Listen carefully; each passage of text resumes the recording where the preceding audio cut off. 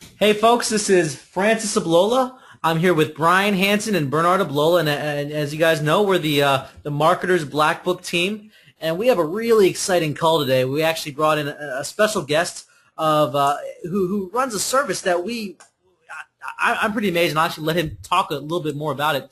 His name's Hafez Adel, and he runs a company called Retargeter. And Retargeter is probably one of the slickest ways of driving traffic to a website that I have ever come across. And if you've ever seen an ad that seems to follow you all over the place, here's the man responsible. And it's something we use for our clients heavily. It's really sneaky. It's really ninja. It's really cool. And we wanted to share this resource for you guys. So Hafez, welcome. Thanks for having me, Francis. It's great to be here. Absolutely. Thank you for your time today. And we've been a big fan of what you guys do over there. And we know a lot of top marketers use your service. A lot of really big internet marketing companies use your service. And it's super exciting to have you on and really share what you're doing with the Marketers Black Book audience. So I appreciate that. Yeah, and it's so new and innovative that we were going to try to explain this to our students, but we felt what better person to get online here and explain it for us than the expert himself. So thank you very much for getting on the call today. Absolutely. We always look for opportunities to educate people and to kind of explain how the technology works, because I think a lot of people have seen it and witnessed it firsthand as web browsers, but they don't necessarily know what's going on behind the scenes. So anything we could do to kind of shed light on that and to make it a little more clear and easy to understand, we're happy to do it. Great. Well, I'd love if you'd tell the users kind of how Retargeter came to be, maybe how the concept of Retargeter happened. What we can do is actually give you control of the screen, because I know you've prepared a couple slides for us, and maybe just kind of take it away from there. Sure. Absolutely.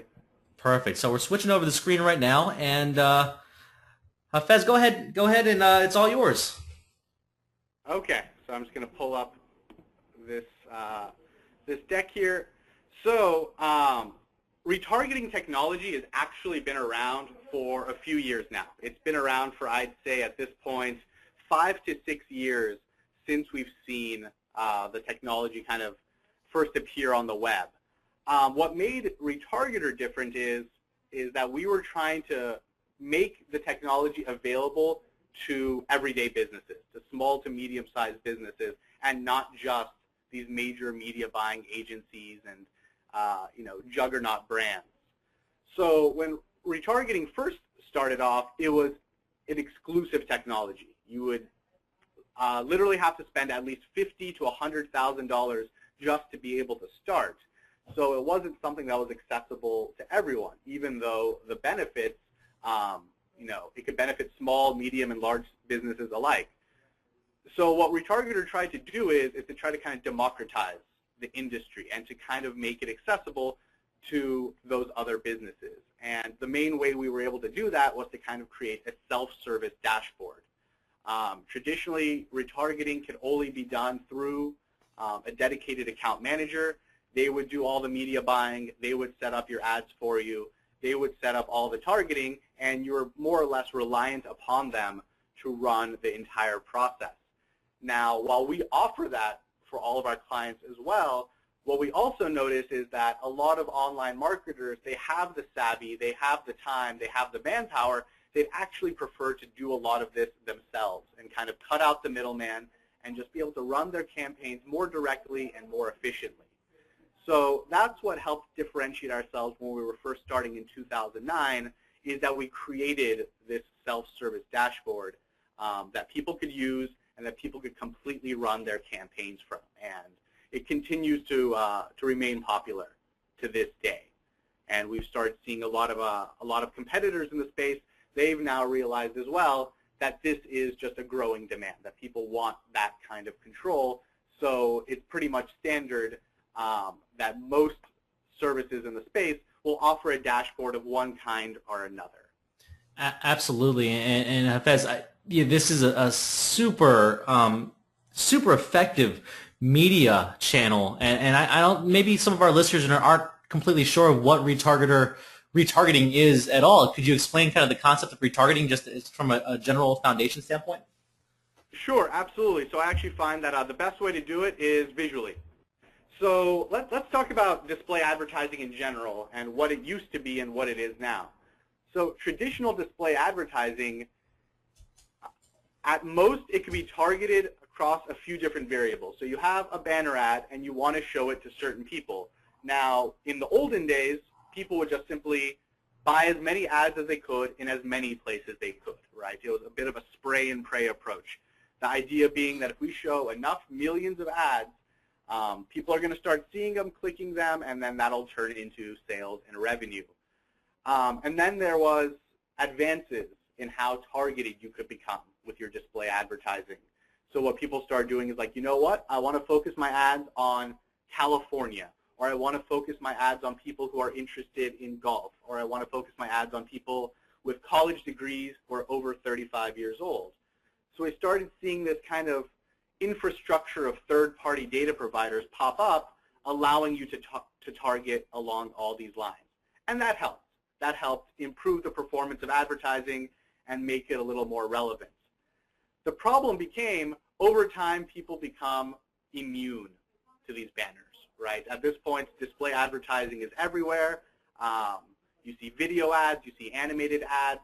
It's really hard for any given ad to stand out and to kind of attain that recall and that recognition in a browser's mind. So that's really where retargeting comes in. The idea behind retargeting is you focus your ads on people who have already engaged with your brand in some way. So if we're talking about the standard web retargeting, if you look at this diagram, this is pretty much how the flow works. So we have a potential customer here, and they come to your sites. When they come to your sites, they're going to be tagged with an anonymous cookie. Now, for those of you who aren't familiar, cookies are basically technology that websites use to store information about users. So if you've ever been to a website that offered to save your password or save your username or just save your account preferences, upon clicking save, a cookie has been stored on your browser that lets that site uniquely identify you in the future and say, okay, this person wants this color background, wants to see the sports and business section and not the politics section, and so forth. So we do the same thing. We place a cookie on the user. Now when the user leaves your site and goes elsewhere on the web, what this cookie does is it sends a signal to other sites. And what this signal basically says is, if this user comes to your site, show them this ad. And the way this works is that modern banner ads are kind of bought in a stock market-like fashion. So when you see ad space on most major websites, that wasn't necessarily pre-bought. Different companies and agencies are bidding for that in real time, saying, oh, you know what, I'll pay this much money to get my ad in front of this audience, and other people are bidding different amounts. What we do is we buy up those ads in real time, so when someone goes to this other website, they will continue to see your ad. So if we return to this example here, imagine someone comes to golfclubs.com and they leave, and then they're going to CNN.com. When they go to CNN.com, they will see then an ad for golfclub.com in real time. And so the effect here is to remind people about your brand, right, after they've left. Studies have shown, and this has been kind of verified again and again by multiple parties, 95% of web traffic does not convert, which I think is just a staggering statistic. 95% of the people who come to your website do not take that next step, whether that next step is purchasing something or filling out a contact form or downloading something. 95% are just window shoppers. So what retargeting tries to do is, for these people that left without completing an action, let's keep your ad in front of them for days, even weeks after the initial visit, right? The idea being that they're going to see this ad a few more times. They're going to see it in these various contexts at different times, and then that could then increase the likelihood that they're going to click on that ad, come back to your website, and finally complete that action. Does that make sense? Yeah, absolutely. I'm just overwhelmed with how insanely great this technique is. we're just sitting here smiling ourselves because it's just such a sneaky tactic, and it's a little known tactic. I feel like there's very, very few people that know about this hidden little gem. I think you're right about that, because the companies that do know about it, tend to be larger, because they're always looking for ways to optimize their ad spending, to, boost their online revenues. So major retailers have actually been doing this for quite some time. And that might be the use case that most of your viewers are familiar with is, for example, if you go to Zappos.com, they're a notorious retargeter. If you go to Zappos.com and you look at a pair of shoes, you will see that pair of shoes everywhere you go, like guaranteed. In fact, in my opinion, they show them too often because I believe there needs to be a balancing act between staying top of mind with your users and not annoying them at the same time. Usually we recommend somewhere between 10 to 14 ad impressions per user per week. So maybe they see it once or twice a day, just enough to kind of keep you fresh in their mind. If, however, you go to a website and you see their ads 20, 30 times a day for a week, chances are that might sour you on the brand eventually, right? And so this is a balancing act, and this is something we always recommend to our clients is, look, be very careful. You want to draw the line between having that brand awareness lift, which retargeting definitely provides, and then overdoing it and having people burn out on your ads, and then they're like, you know what, I'm sick of this. I'm not going to click on it at all, right? But to your point, it's still a vastly underutilized technique, which is a shame because traditional display advertising just doesn't perform that well. For most campaigns, people are happy with a 0.1% click-through rate. 0.2 is considered pretty good, right? But with retargeting, the idea is we're focusing ads on people who already showed interest, right? If someone came to your website, that means at one point in time, they were interested. They had a reason to come to your website, right? If we're talking in terms of like a sales funnel, they're a little further down the funnel if they've come to your website. So by showing ads to people who are already a little bit warmer, a little bit further down the funnel, it's just an increased likelihood that that ad is going to be relevant for them. And as we say in kind of the targeted advertising business, relevance is key, right? You put the right ad in front of the right person at the right time, that's what's going to get you the click. That's what's going to drive revenue. This old one-size-fits-all approach to display advertising where you just buy as many banners as you can and kind of haphazardly spread them throughout the internet, I just don't think that's appropriate anymore. That's the old kind of TV and billboard mindset of advertising. But with all the data that we have available online, it almost just seems like a waste. If you're looking to sell sporting goods equipment to high school and college athletes, you should not be showing your ads to senior citizens. It's just common sense. Yet a lot of advertisers basically do something that's the equivalent to that. So our philosophy is always don't necessarily show as many ads, but show them to the right people, and that's how you're going to see a boost in ROI. And I'm going to discuss a little bit about what are some of the specific benefits of retargeting in the next slide. Well, one of the things that you just mentioned there. Any questions thus far? Anything? Yeah, one of the things that you just mentioned there is so powerful. And Fez, you may not know this, but I'm actually a copywriter, an advertising copywriter.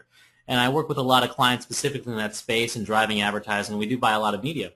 But one of the most powerful strategies, and one of the most powerful kind of fundamentals of marketing, especially, and you probably already know this, is having the right market, having the right message, and making sure that offer matches those two things. And it seems like retargeting is specifically for that use. And as a direct response copywriter like myself, I love to be able to use a channel like this that targets exactly the person who's visited my website. We know that person where they visit, where they go, and being able to present the offer that they're looking for. So I love it. I love what I'm hearing. And I think also, Francis, it might be interesting to tell the listeners out there how many sales letters you would actually send out to your target market before that you actually get sales, and how many sales letters you'd put in a funnel, because people normally don't buy off the first sales letter that goes out, which is, in a sense, it's print retargeting in a way. Absolutely. In terms of if someone, for example, opts into our list, it's not uncommon for me to write a 30-day autoresponder or a 30-day message sequence to get them to interact. I mean, at least 7 is what I recommend to my clients or whoever wants to create a follow-up sequence. But that's for someone who's already taken the first step. Now, what's so great about retargeting, and what retargeter does, is that if someone hasn't taken that first step, we can still engage them again until they do. I love it. Yeah, and also, I just can't help but think how many times I've actually bought from retargeting and had no idea what was happening.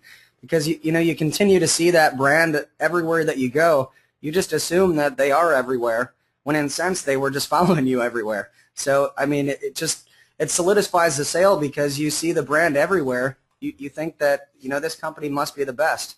And, in some cases they are. But it's funny that a lot of these times that I've bought in the past, it's because they were investing in retargeting. So and I didn't realize it was 95%. It's such a high number of shoppers that it just goes to show how powerful this tool is. Absolutely, and I think a lot of it comes down to people are bombarded with more information and more ad messages today than ever before in human history, right? There's just so much competition for your attention everywhere you go. Attention spans have dropped. In the 90s we had the 24-hour news cycle with CNN, but now that seems almost slow compared to what you have available, right? It's really difficult to get a solid number on this, but I've seen studies that say that people are exposed to anywhere between 500 to 2,000 logos and advertising messages in any given day. And that's in the, in the cities, in the physical world, on TV, radio, magazines, newspaper, and online, grand total up to 2,000 advertising messages a day. And you have to wonder, how is it possible to rise up above all that noise?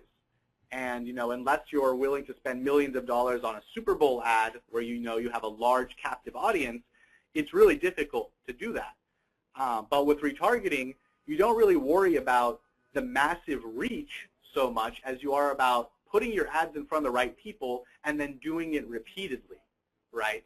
Being aware of the fact that a single ad impression isn't likely to be, kind of burned into someone's memory. You see an ad once, fine. You go to the next site, you'll probably forget it in a few minutes. But if you show the ad once or twice a day, maybe over the course of 2 or 3 weeks, then it kind of nurtures the brands in the user's mind, right? The same way that a cycle of sales letters does. You send your first message, a week later you send a follow-up, a week later you send a follow-up, and this is kind of a more gradual and I think effective approach of building recognition towards your brand and then finally persuading people to make the click and take that next step. So in a way, there's a lot of powerful analogies to just the way email marketers and direct mail marketers, they understand nurturing. They understand that you have to reach people at multiple touch points. With retargeting, we're basically just taking that same method and applying it online. To add to your comment there earlier is, not only are we bombarded by so many advertisements, and I've heard that number go as high as 3,000 or 5,000, but we're also competing against the content they look at, and it's overflowing. It's so abundant right now. YouTube, how many videos are being uploaded to YouTube, and how many hours is your customer, your audience on YouTube? Facebook, Twitter, every other type of social media outlet, every type of news piece out there is really competing for attention. And what's so great about the concept of retargeting is that when they're looking for that information, your ad pops up again because they've seen you again. So you're integrating yourself with these places, these sources where they go for information. So I love that. Absolutely, that's a really good point, and you can take that further if you'd like. So say, for example, if we go back to the golfclubs.com case, you want to only have your ads appear on sports-related websites. We could do that, and most companies that do retargeting could offer that as well. So we could set context categories and say, okay, first, I only want you to show ads to people who have already been to my website, who have already received my cookie. Fine. I know that's a relevant audience. Those are the people I want to show them ads. But even more than that, I want to show them ads when they're thinking about sports, right? When maybe their purchase intent is a little bit higher. So I'm then going to segment it even further and say, okay, show my audience my ads for a few weeks, but only when they're on sports-related websites. And then, like you talked about, there's this harmony between ad message and content, and we found in our experience that kind of blurs the line almost between what's the content, what's the advertisement. That leads to better ad performance. That leads to better resonance between the user and your brand. So there's definitely a lot of opportunities for optimization. I always tell our clients, your performance is limited by the amount of work and the amount of imagination you're willing to put into your campaign. We can run a very simple set it and forget it campaign and you'll never have to worry, and it'll probably outperform a normal display advertising campaign. But if you put the extra time in to understand your audience, understand their purchasing habits, and where they go online, we can make it a lot more focused, and you can see a lot more ROI by taking that approach than by simply having a general overall retargeting plan. I totally agree, and one of the most important things I always say to my students, or whenever I'm speaking on the topic of copywriting, is you have to have that you have to get inside the user's mind. You have to have that empathy. You have to create that relationship as to what they're looking for. And you mentioned something else about purchase intent. Super important, because the first time they visit your website, they might not be ready. But the more and more they think about it, the more it's kind of growing in their head. That little seed grows in their head into something tangible. Now they're ready, and now they know where to find you. Absolutely, right? There's just so much more value in showing someone an ad who's already been to your website than someone who's never heard of you before, right? And even the ad itself has to be different at that point. If you're advertising to complete strangers, you're at the top of the funnel. Your number one goal is going to just be brand awareness, so people just know you exist. But if someone came to your website, they heard you existed from elsewhere. So then the issue isn't making people aware, it's trying to take them to take that next step, right? So you know who golfclubs.com is. Hey, check out our new Callaway Titanium series. Buy now for free shipping, right? That becomes how the message changes. And you mentioned before, how you segment your campaign based off of who your audience is and what stage they're at. The same thing can be done online. So the first example I gave, that was assuming that you have a single cookie on your site and everyone who comes to your site sees the same ads. But that doesn't necessarily have to be the case. So for some of our clients, what we do is we'll associate one cookie with the home page, okay? And people who come to the home page and only come to the home page and leave, we're going to define them as low engagement users. So since they're low engagement, we're just trying to build brand awareness with them because they didn't really have a chance to delve too deep into your site. So they're going to see a set of ads oriented around just reminding them who you are. But then say you have a second set of customers who came to your website and then looked at your specific products. We're going to have a different cookie on your products page. And what that could do is it will show them ads for the products they looked at. So then once they leave your site and say they were looking at this new putter, they're going to see an ad for the exact putter that they were looking at. And depending on what kind of data is available in your e-commerce platform, we could actually show them ads for recommended items as well, all within the ad.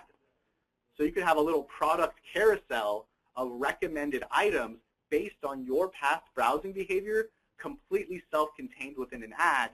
And thanks to retargeting, this ad is now portable. They could see it from anywhere from CNN.com to HuffingtonPost.com to their favorite small local sports blog, right? So that's really where a lot of the power comes from, is associating different ad creatives with different audience segments. And those segments can be defined by where you place your cookies on your site. So some of our clients, they take this approach very seriously.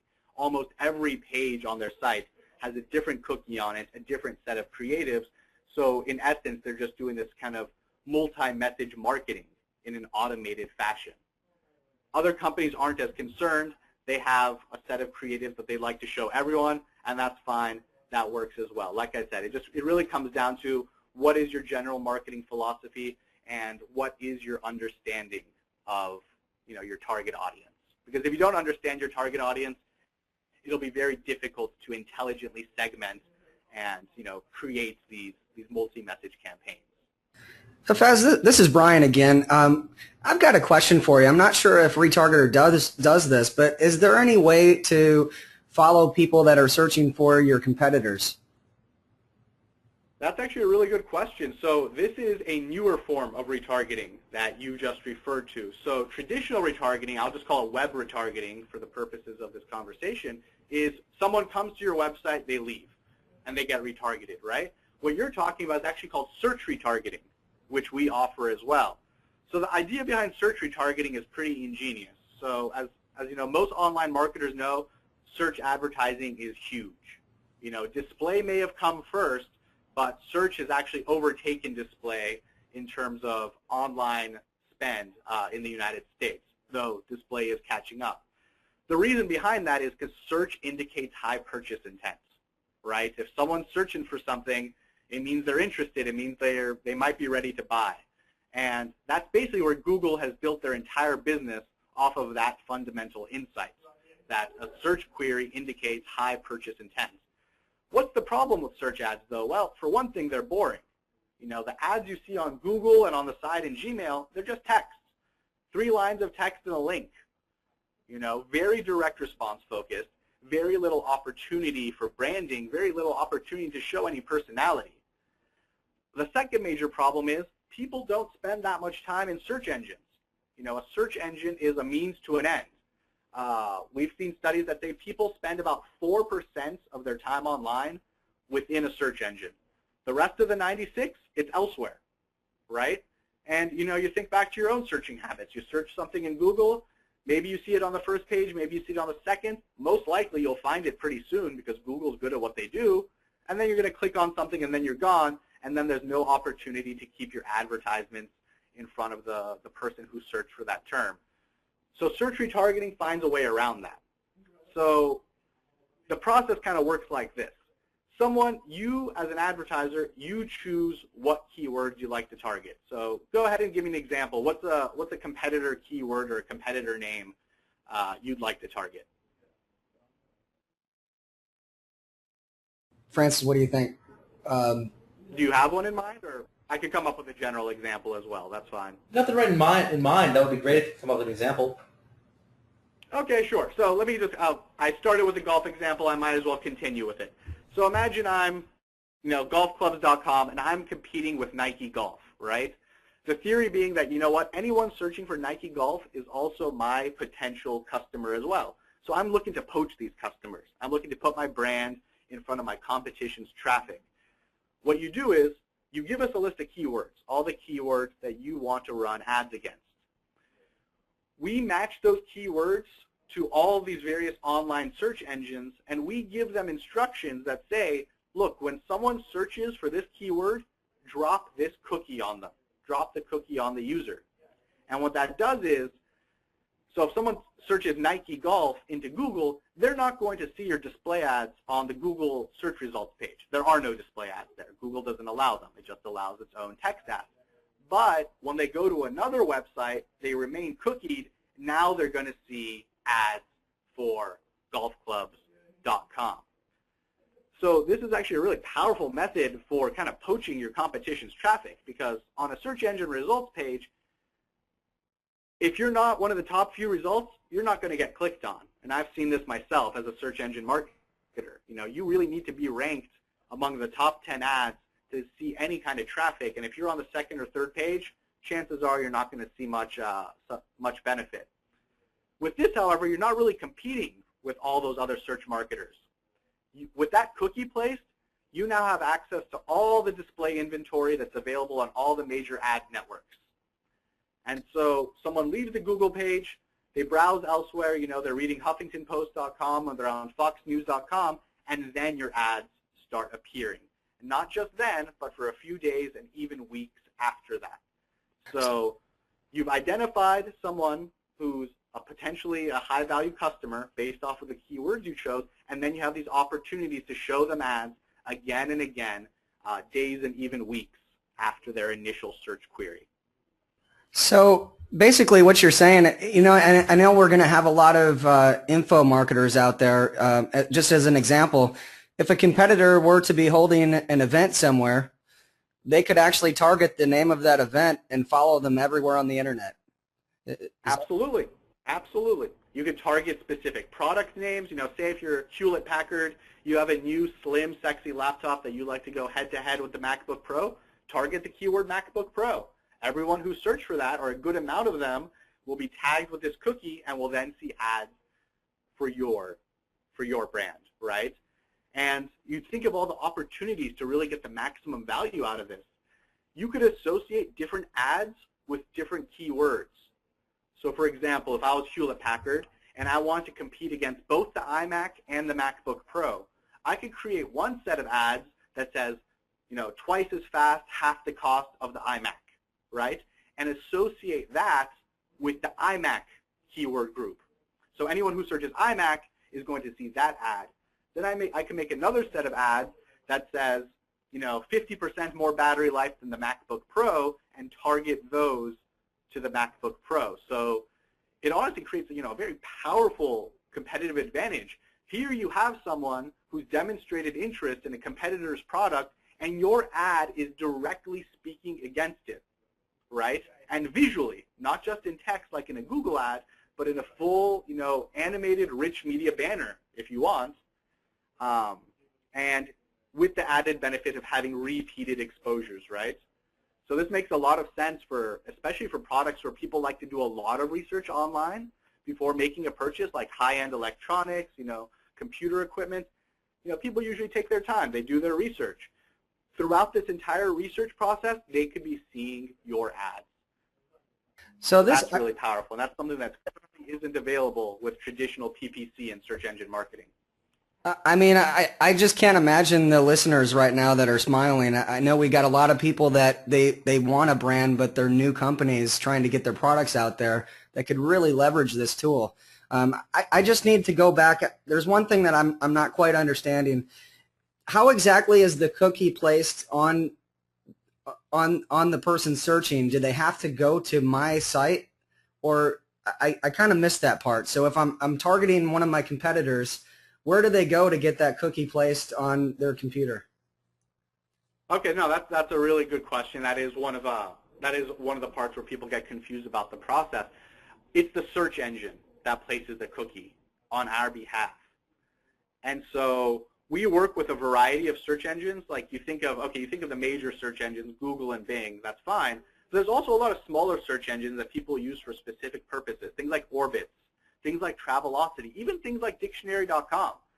You know, the reason dictionary.com is free is because of all the data it's gathering and then reselling to people like us, basically. So if someone is searching for, oh, well, imagine they're searching for SLR. You know, they want to see what a SLR camera means, single lens reflex. Oh, we could then tag them with our cookie, and dictionary.com will drop that cookie on our behalf. So basically, it's the relationship with the search engines that we've established. We give them your keyword list, and then they insert that into their program that says, hey, when someone searches for these keywords, go ahead and drop this cookie on them as well, right? So they don't need to come to your site to see your ads. That's the basic moral of the story here. That's what makes this different from web retargeting. The action that triggers the cookie is a search query, whereas in web retargeting, it's a visit to your website. Does that make sense? It does.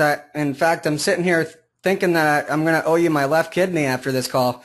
We're awfully excited about everything that you're saying. Yeah, and this is a feature that I didn't even know existed, and just hearing it for the first time now, I'm literally dancing thinking about it and all the possibilities. So this is huge, really cool. Yeah, and you know, this is where we've seen a lot of the evolution in the space, is finding different variations of the same technology. So like I said, web retargeting has been around for, I believe, around 5 years. DoubleClick had a service called Boomerang, which was like among the first to do it in display advertising. In recent years now, we're just seeing a lot more unique applications. So that was search retargeting, and that's fairly new. And there's a few companies that specialize in just that. At Retargeter, we offer it as, you know, one of various flavors of retargeting. Another form of retargeting is email retargeting. So say you do a lot of email marketing, right? You have a huge subscriber list. You're sending out newsletters. Maybe occasionally you send out offers for info products like white papers and ebooks. But you'd like to reach these same users on another channel as well.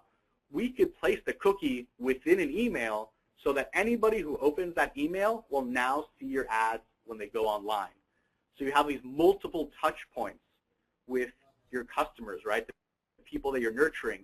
Not only do they receive an email message, but then say maybe like 6 or 7 hours later, they come home, they're on their browser, all of a sudden now they're seeing an ad reinforcing what was said in that message. So you kind of create multiple opportunities for people to convert and to engage with your brand, which I think is a very powerful tool to offer, especially for people who are currently doing large-scale email marketing. So you brought up a really good point, and now I got another question for you. And just let me know if I'm asking too many. But with this technique, is it possible to actually put that cookie into like an email that goes out to an e-zine, or maybe a list that you buy a spot where you can send out an email, or is that something that's obviously going to get taken out by the person sending out the e-zine hit? Is it something basically, as long as you need access to the HTML of the email. So if you're just sending plain text emails, you can't do this. But most e-zines that I've seen use HTML. You know, that's what makes them colorful and graphical and everything. So as long as the recipient is accepting HTML emails, then yes, you can use email retargeting.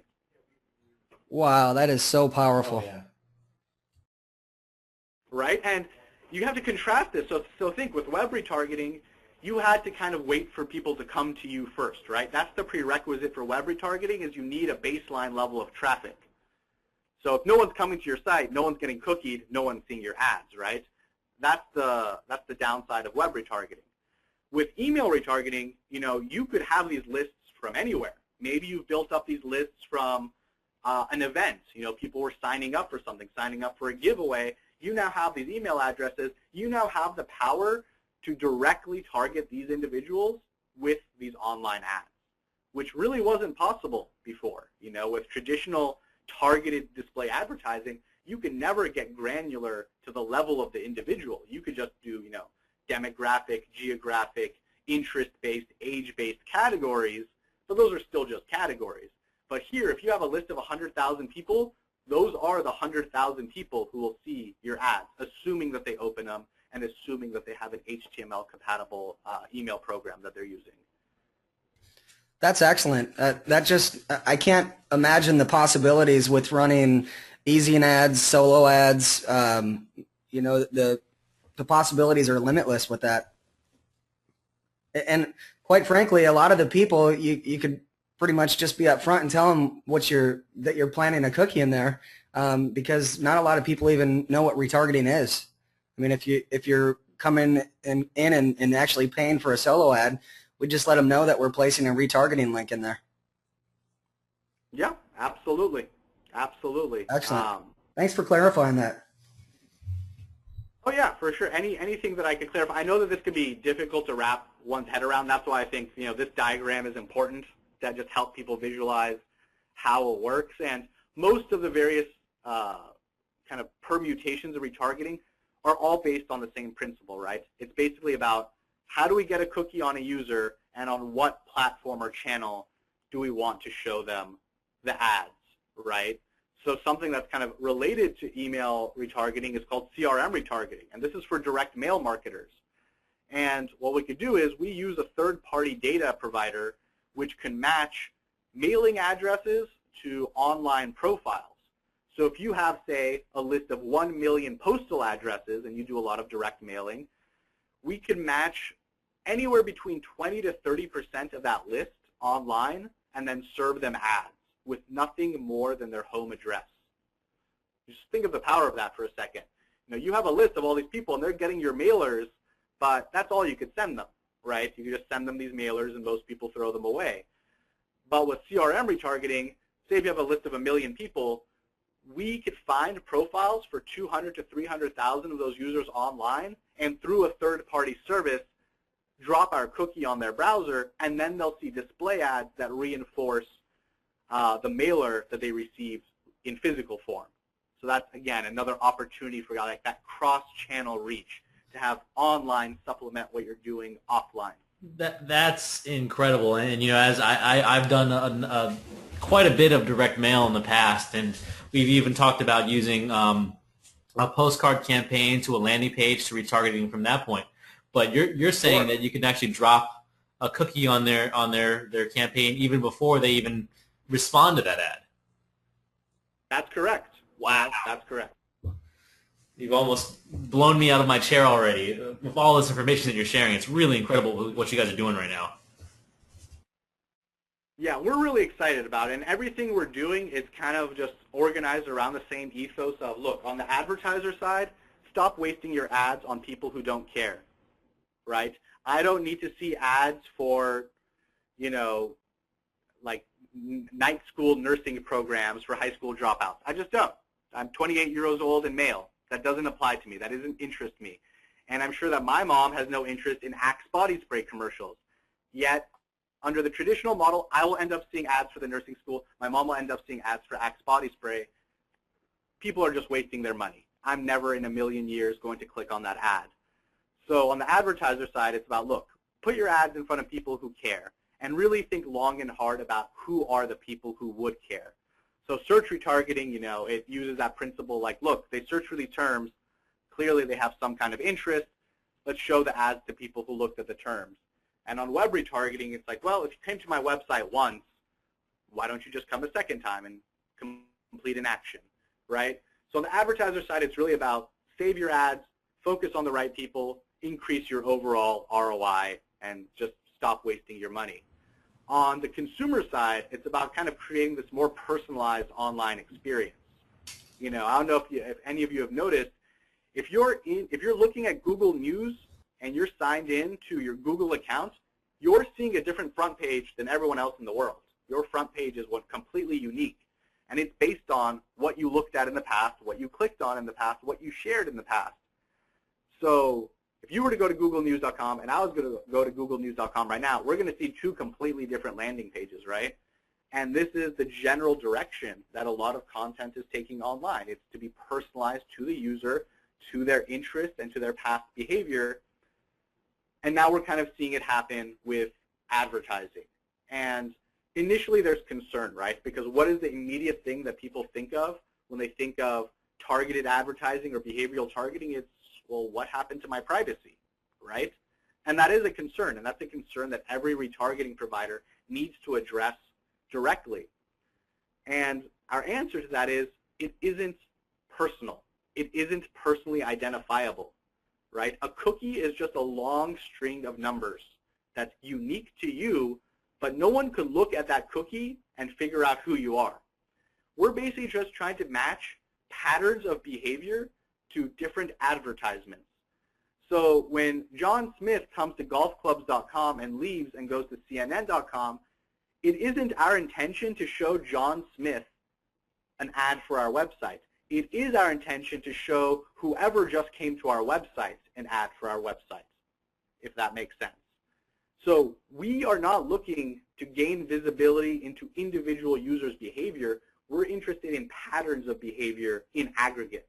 We're interested in audiences. Individual level targeting is both very difficult to accomplish and also, I would think, ill-advised. You know, at that point, people start thinking of that scene in Minority Report.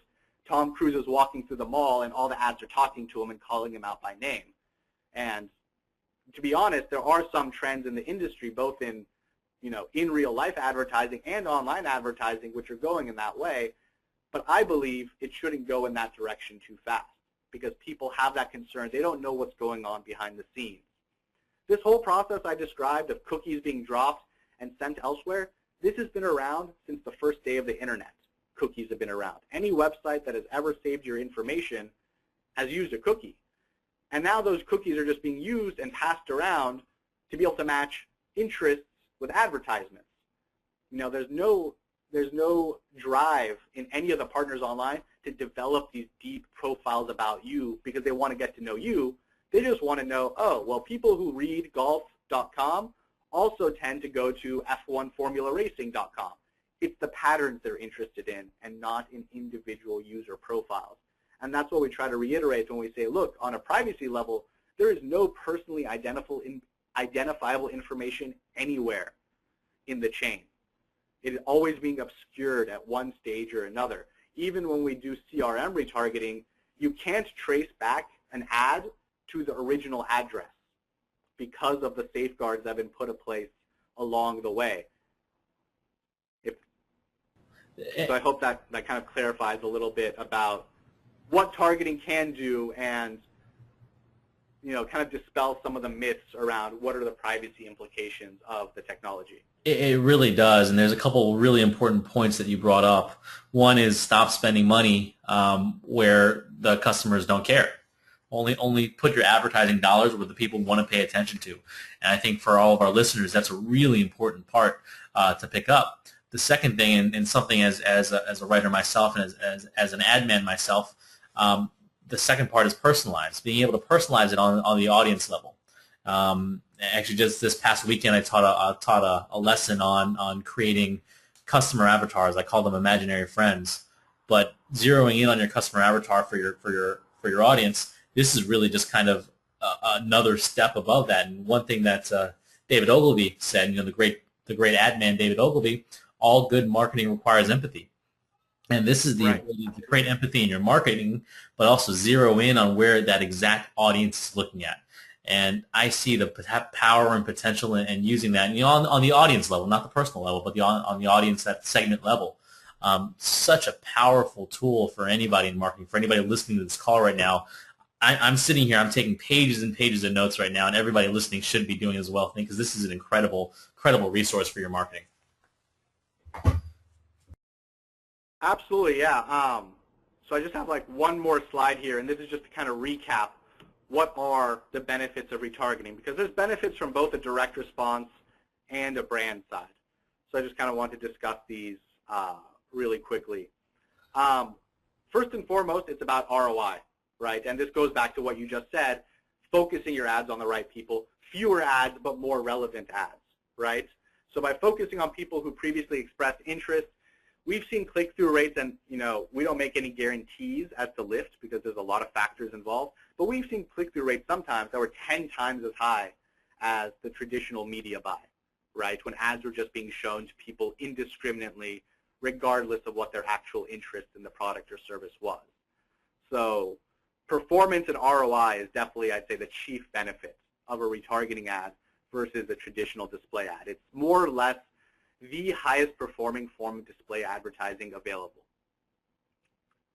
When done right, it approaches and even somewhat surpasses the click-through rates that one can see in search, which traditionally has far outperformed display.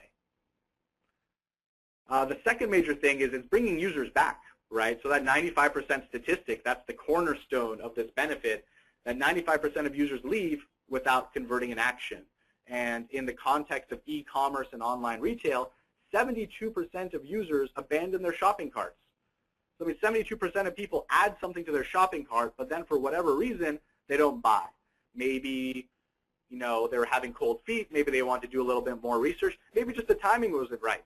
Maybe they were just trying to shop during their lunch break at work and, had to go back to work. For whatever reason, they abandoned their shopping carts. We could show people ads specifically for the items that they left in their shopping carts without buying.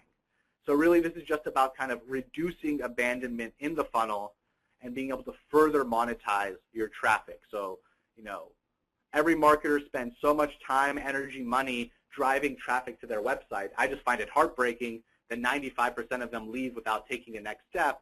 So retargeting is really meant to help you get the most bang for your buck with it when it comes to your traffic, right? Get them coming back, get them completing an action. The third benefit here, this is going back to just the performance piece, really depending on how specific you get with your retargeting campaign. Like I said, some of our clients, they do very precise segmentation so that people who looked at, for example, the laptops portion of your page only see ads for laptops, and people who looked at printers only see ads for printers. In some of these cases, we've seen huge lifts in click-through rates. So this 15% number here is atypical. This is definitely not guaranteed. Sometimes the lift is far more modest, but it just goes to show how much it could do in theory, with the right understanding of the marketplace, with the right setup of the campaign. The final benefit really is, you imagine, before retargeting, if you wanted your ad to show up on multiple websites and to have a person see them multiple times in a day, you would have to do all of that through direct media buys. And you would have to buy so much media that the same person is seeing it twice across different sites. You know, that would actually indicate to me that this is a huge brand with a very substantial spend, that just is, it's a juggernaut. You know, it just tells me something about the brand, that they could afford to have their ads on NewYorkTimes.com and FoxNews.com and HuffingtonPost.com. What retargeting does is it kind of makes your brand seem bigger than it actually is. Because for someone who doesn't understand retargeting, all they see is, hey, I went to this website, and now a week later, it's everywhere. Like, they're on Staples.com, they're on, you know, my favorite local blog, they're on this major national news site, they're on ESPN.com. How could they possibly afford to do all of this? So in a way, it kind of elevates the prestige of your brand by putting your ads on these top-tier websites, right? And this is something that's adjustable by bid. So obviously not everyone's ads show up on NewYorkTimes.com. You have to bid more for that space. But the beauty of this system that I described, the stock market system, which is known as real-time bidding in the display world, is a lot of sites, even the major publishers like New York Times, they always have unsold inventory at the end of the month. And that's always just a huge pain for them to get rid of. What they do is they make that unsold inventory available on these ad exchanges that we have access to, and we can buy them up in real time, right, by bidding on them. So now all of a sudden, this small business, you know, that's based in, you know, just Carlsbad, California, like a 10-man operation, is having its ads seen on NewYorkTimes.com just because they were using retargeting. And you just imagine, you know, the value for your brand that that provides, the kind of reassurance it gives them that, you know what, this is a legitimate company. If they're able to advertise this frequently and on this tier of sites, they must be doing something right. And so this is really where retargeting comes into play for that brand awareness and to kind of just expand your reach, right? Because it's hard enough to figure out where users are going to be and buy ad space there. With retargeting, it doesn't matter where they go. We have access to over 98% of all available ad inventory online. So chances are they're eventually going to go to a website that participates in one of these ad networks and ad exchanges, and they're going to see your ad. And you don't have to guess where they're going to be and try to place ads there in advance. I hope everyone listening to this call can. Is there anything about I was just saying, I hope everybody listening to this call can really understand the gravity and the power of this tool, and you know, just being able to the brand awareness alone. And I'm a direct response marketing guy. Brand's never been a huge thing for me, but on the web, especially with a powerful tool like this, where you can get in and compete with the big budget players out there without the big budgets. Being able to focus and target only on your specific customer, your specific segment of the marketplace, becomes such a great tool to use in your marketing arsenal that you know, it's really important that everybody jump on retargeting and now, because it's new technology, it's hot. Not a lot of people are using this, so being able to be one of the first people in the market and skyrocket past your competition is so great. So thank you for walking us through that. I know and we scheduled less than an hour, and I know it's already at that point. But did you still have time to do maybe a quick demo of a walkthrough of what retargeter is? Sure, absolutely. And also, if you have any additional questions, or if any of the participants that are joining us on this webinar have any questions, I still have a decent amount of time, and I'd be happy to stick around and answer any questions that I can. So, okay, one second. So real quickly, is my screen still being shared there? Yep. Okay. So here's a little demonstration, right? So it's kind of difficult to demonstrate retargeting live just because of the nature of the real-time bidding system, because it isn't always guaranteed that you're going to be able to win ad space, right? It kind of depends who else is bidding that day. However, for one of our sites at least, I know that we can reliably see ads. So here you see one of our landing pages. So this is our landing page for retargeting for HR companies, for recruitment companies, right? So we have a specific cookie associated with this site. And if you use certain tools, like for example, right now I'm in Google Chrome, there's a tool called Ghostery. And what Ghostery does is it actually shows you all of the on-site cookies. So I'm going to click here on Ghostery. Now look at that, retargeter beacon. So that's the name of our cookie. That's how you know that this site is running retargeting. And of course, other retargeting companies, it's not going to say retargeter, it's going to say their own name. So here we know we've been cookied by just coming to this site. I'm just going to refresh here just to make sure. Okay. So one of the things we did here is we didn't want our ads to be shown just anywhere. We actually added a contextual targeting layer on top of that cookie and said, you know what? We want to show ads to everyone who went to this site, but only when they're on other HR-related websites. So we're trying to kind of create that resonance that I talked about between content and advertising. So here's a blog that we reliably have access to inventory from. It's called thecynicalgirl.com, the human resources blog. Let's see. Oh, there it is. So you see here, we have looking to retarget job seekers. After they leave your sites, we can help. That ad wasn't just there. Now, sometimes it is because we do direct media buys, but in this case, the reason that this is here is as the page was loading, the cookie sent a message to the ad network on this page and said, hey, you know what? I have a bid for an ad to show up on this site because you've been identified as a human resources site. So all of this transaction happened in the few microseconds in between the time that I typed in thecynicalgirl.com and pressed enter and waited for it to load. So that's one of the things that really amazes me. Even as someone who works in the industry, it amazes me the speed and the technology that's at play behind online advertising. People have no idea what's going on. It's, like I said, it's just as technically sophisticated as the stock market, and decisions are being made at more or less the same rapid speed.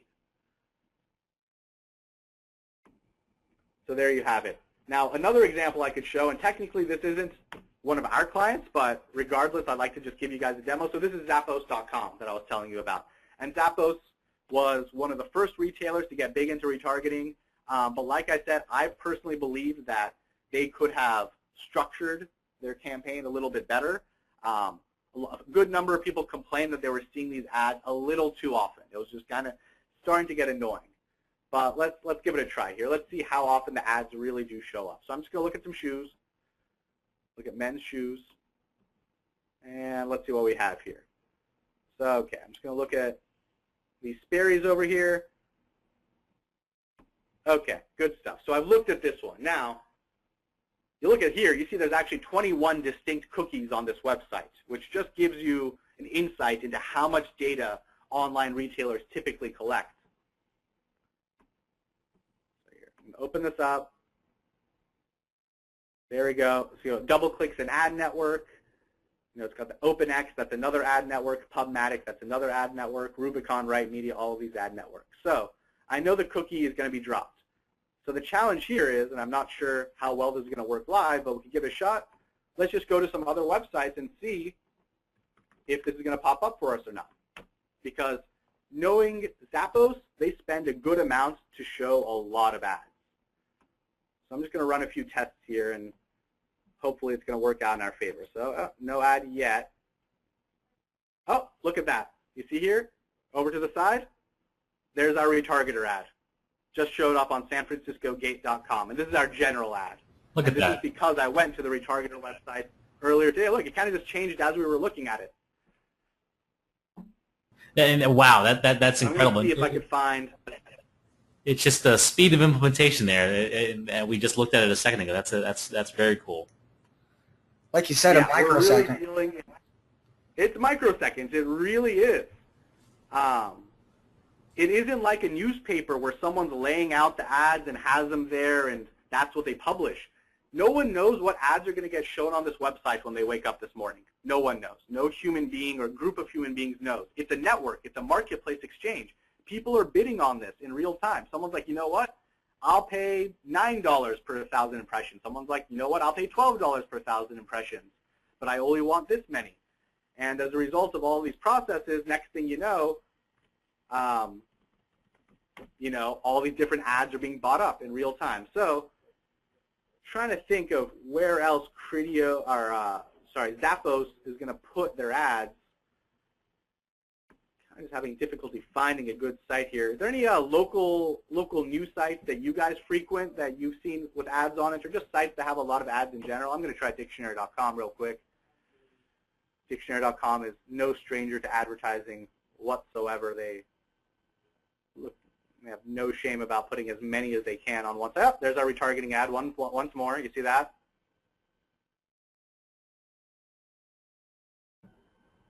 That's really interesting, actually, that our ads are showing up at this time more frequently than the Zappos one. I think that's because I have multiple cookies on my computer.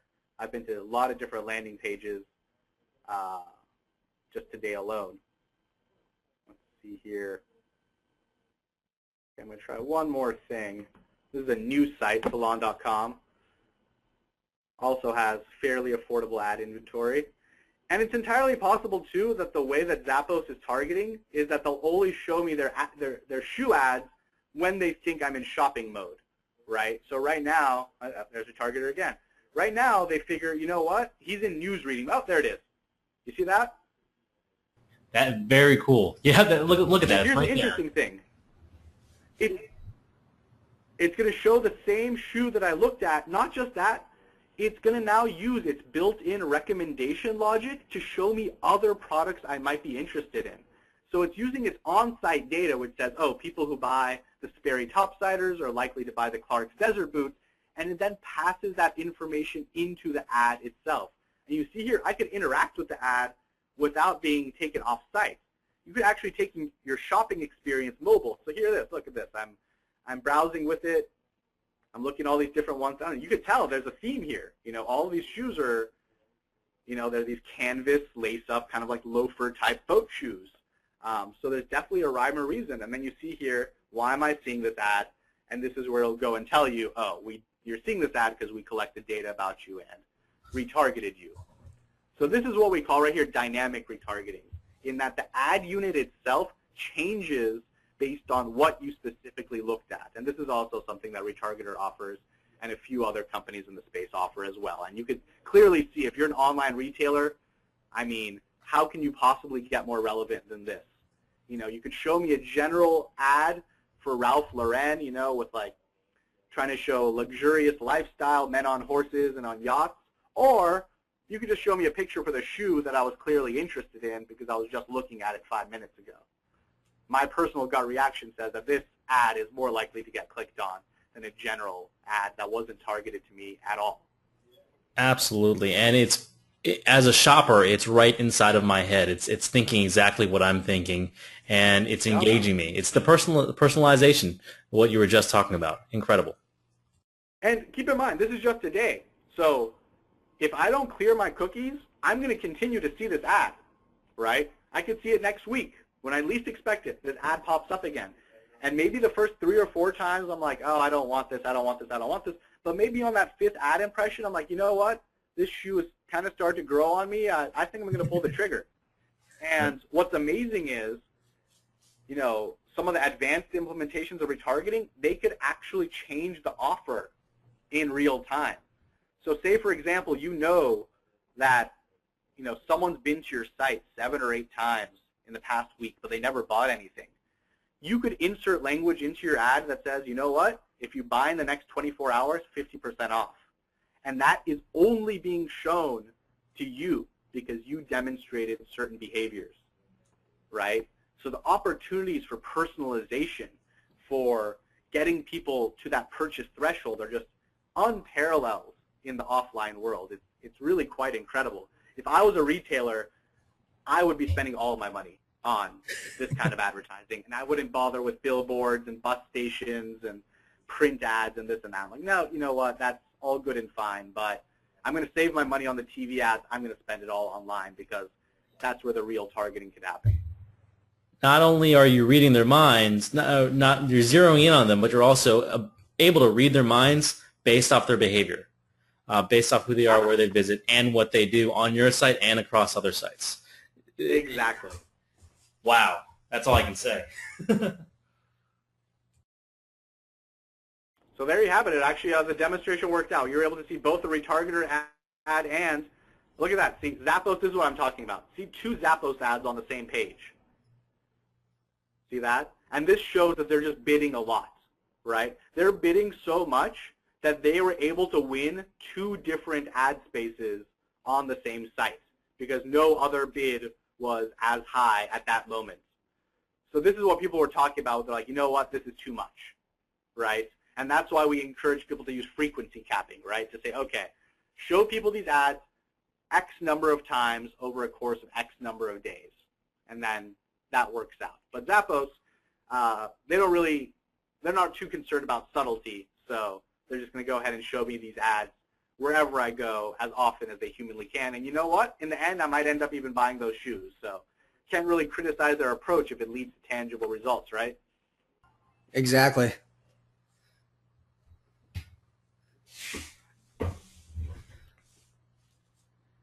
All right, so I mean that's pretty much retargeting in a nutshell. It's interesting because, you know, on the face of it, it looks very just casual and invisible. What's going on behind the scenes is actually somewhat technical. You know, cookies are being dropped, signals are being sent, ads are being bought in a real-time marketplace akin to the stock exchange, and this whole time data is being collected. So you saw me clicking on this Zappos ad. So even though I'm not clicking on Shop Now, which would take me back to Zappos, Zappos is recording the fact that I'm skipping through this product carousel right now.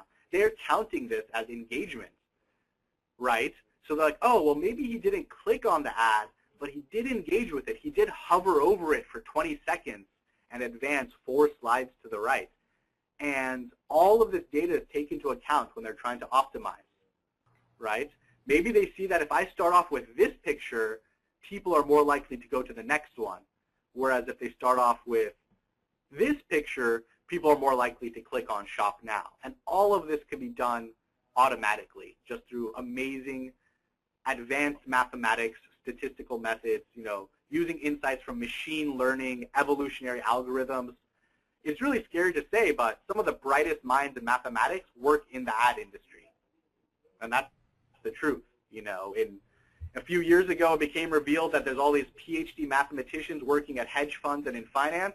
Well, the same is actually true for advertising technology as well, because we have access to more data than we know what to do with, and we actually want to use all of it. So to do so in an intelligent way and to optimize on the fly requires some really sophisticated back-end technology, and that's where a lot of the arms race is coming up in advertising technology today. Who could deliver the most responsive ad, the most personalized experience using the fastest algorithm? So, you know, this may look like a little casual box, but there's hundreds of years of PhD mathematics went behind this little square. Just think of it that way. That's right, and it's mind-boggling what goes into it and what happens behind the scenes. But as marketers, we know that there's one place to go to help us implement these campaigns, and that's the service that you provide. So that's awesome, very cool. Yeah, amazing information. And I know a lot of people are just sitting there in shell shock that the capabilities they have at their fingertips that they didn't know were available. And you know, I want to respect your time, so rather than opening up line for questions, I think maybe we'll just shoot off a few, because I know there's probably 2 right off the top of my head that a lot of people out there are thinking right now. And the first one is, you know, if you were to get started with the campaign with Retargeter, being a novice and new to everything, what's your first step? You know, do you guys help the people through the process? Where do you start? Sure, great question. So like I said, the very first qualifying criteria is to do retargeting, you need traffic first.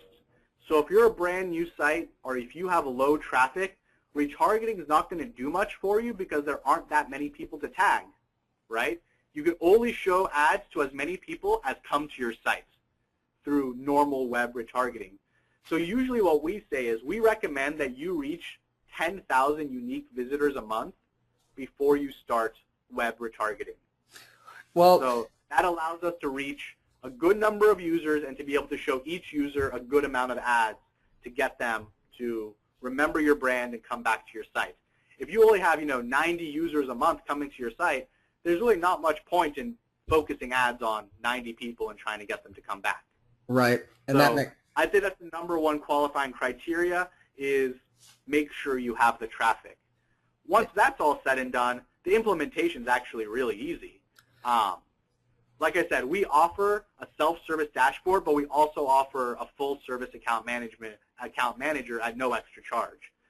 Regardless of whether you spend $500 with us or $500,000, everyone gets a dedicated account manager that kind of walks them through the process. So how it works is we're going to generate a unique piece of code for you, right? And that code is what instructs the browser to drop the cookie when someone comes to your website. So we're basically going to give you a couple of lines of code, and you go into the HTML of your site and you paste it in there, and we'll let you know where to paste it, and it's invisible to the user. The user doesn't see the code. It's just completely on the back end. Once you've done that, you're actually starting to tag users already. So you may not be showing them ads yet, but you have tagged them, and you now have the ability to show them ads. The next step after that is, well, you're going to need some ads. So if you already have your banner ads made, great. You can give them to us. We'll upload them and associate them with your cookie and with your retargeting campaign. If you don't have banner ads, we actually have an in-house design studio. We make both static and flash and rich media ads. So we could do that for you as well. But either way, the process is the same. We're going to upload those ads to our server and associate them with your campaign. Once we've done that, your campaign is live. You're good to go. The whole setup process can be done in a day. If you have your ads ready, you could start off at 8 a.m. and be showing people ads by 9. That's not a problem at all. On our end, we've managed to create a system where we could build campaigns very quickly and at scale. We've streamlined a lot of parts of the process. So just to kind of recap, when you start a campaign with us, we give you the codes. You put those codes on your website. That's what drops the cookies.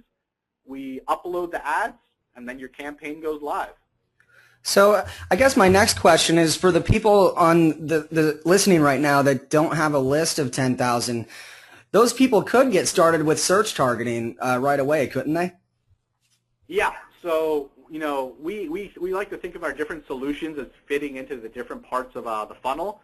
So retargeting somewhere like top middle funnel, like you have that traffic, but you need to take them to the next step. Search retargeting is definitely a top of the funnel technique, right? It's a method for driving new traffic to your site based on keywords, based on product and service names, and based on even your competitor names, right? So search retargeting is definitely something that anyone could start regardless of how much traffic they have. The other thing I would recommend is basically just a targeted ad buy, right? So in the beginning, I contrasted retargeting with targeted advertising and said that retargeting outperforms it, which is true. But they both also have different objectives.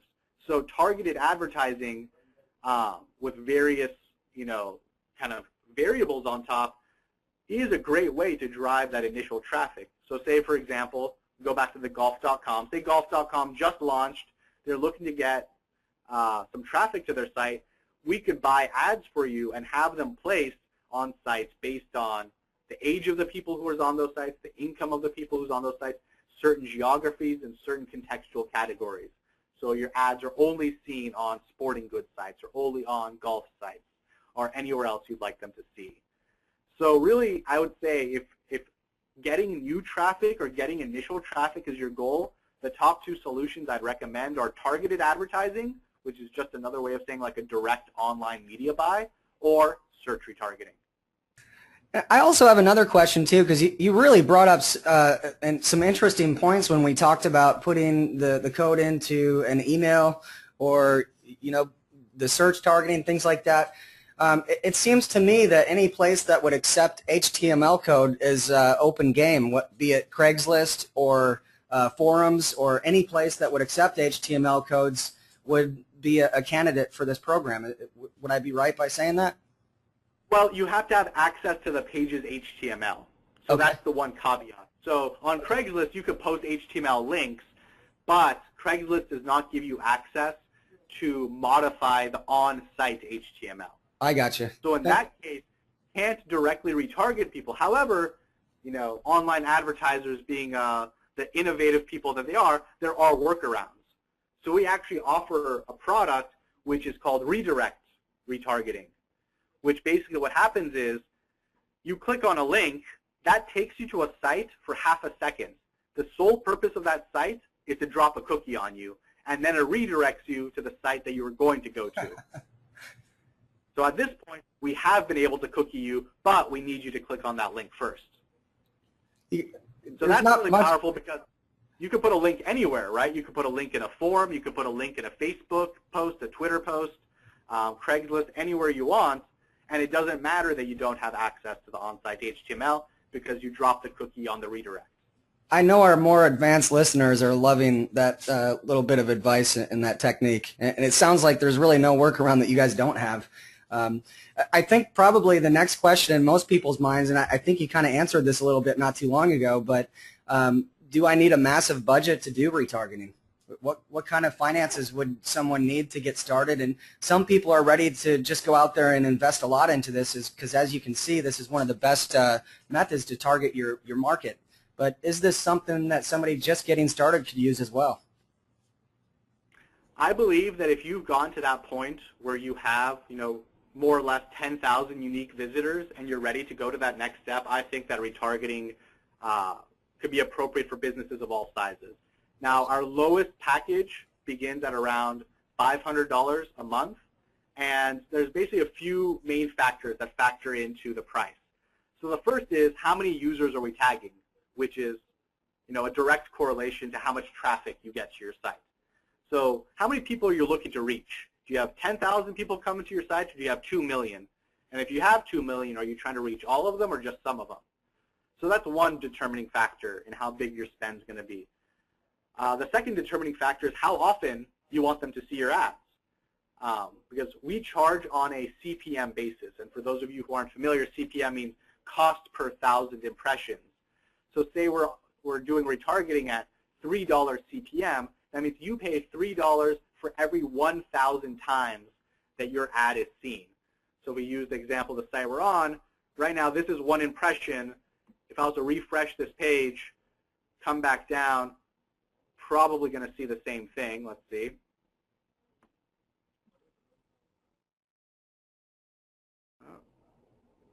I know the ad's around here somewhere.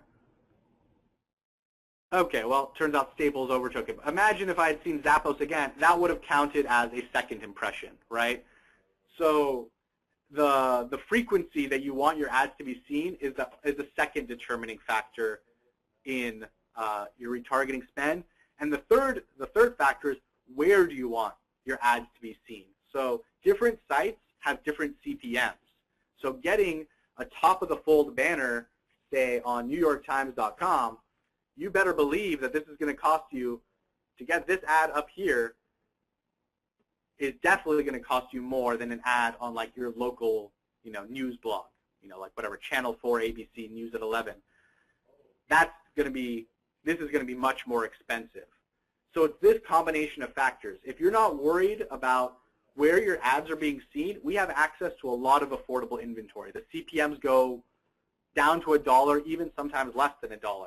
If you're looking to put your ads on super high, you know, high-tier sites, things like the New York Times or CNN.com, depending on whether you want it to be up here or down here, I mean, it could go upwards of $10 CPMs, right?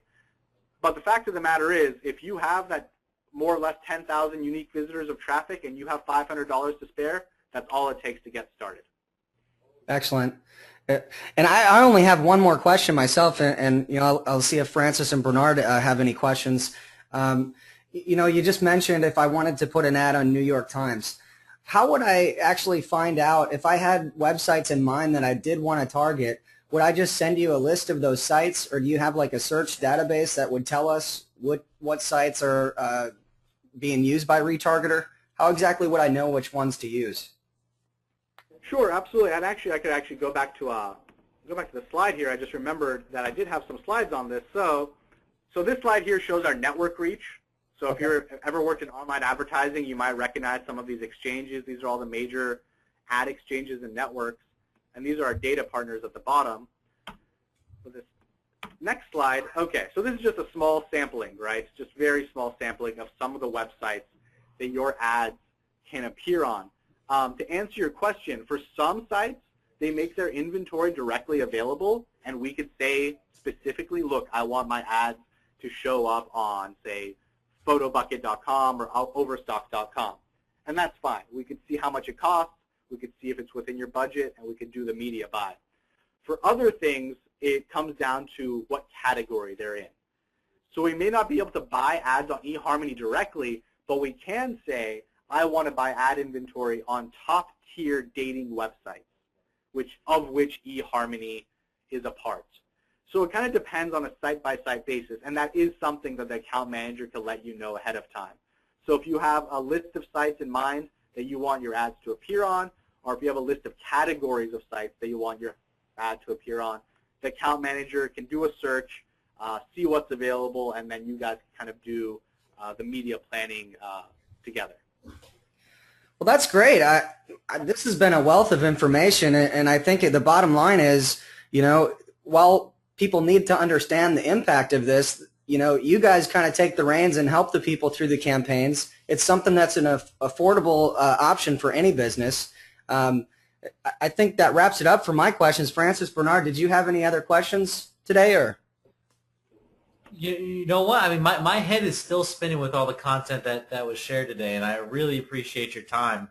For our viewers and anyone who's visiting marketersblackbook.com, really, people who are interested in getting more conversions.